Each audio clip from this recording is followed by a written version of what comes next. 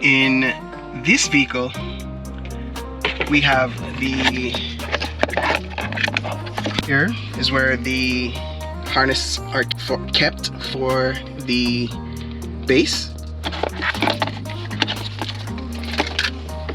So to release the strap, if it's a bit too taut, you want to press in this release and pull strap away.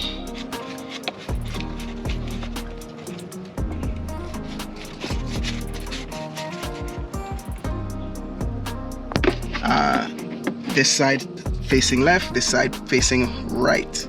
I guess that's what the L is for and the R is for.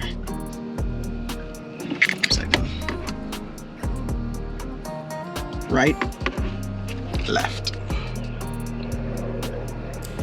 To properly install the base, first let's open the snug lock in the center. Then we want to take each buckle, left and right respectively, and clip them in the seat anchors. When that's done, check to ensure that the strap is above the notch and there are no twists in it. Take the loose strap, brace the base, and pull tight. Remember, you're gonna put your knee. Ensure that it's really tight against the seat. Then close the snug lock. Ensure that the base is not shifting left or right too much, and that's it. The base, say you're traveling and you need to remove the base and take with the car seat, you may need to actually put your pressure down on the car seat, forcing it back to the seat in order to release the clips.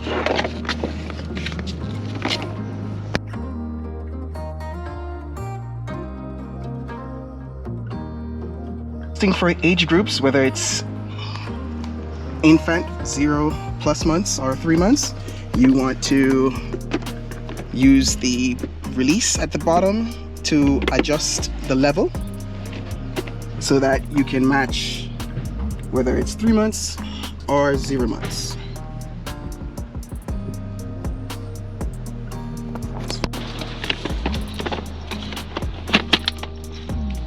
And that's that. Always try to pull up on it to make sure that it's fastened.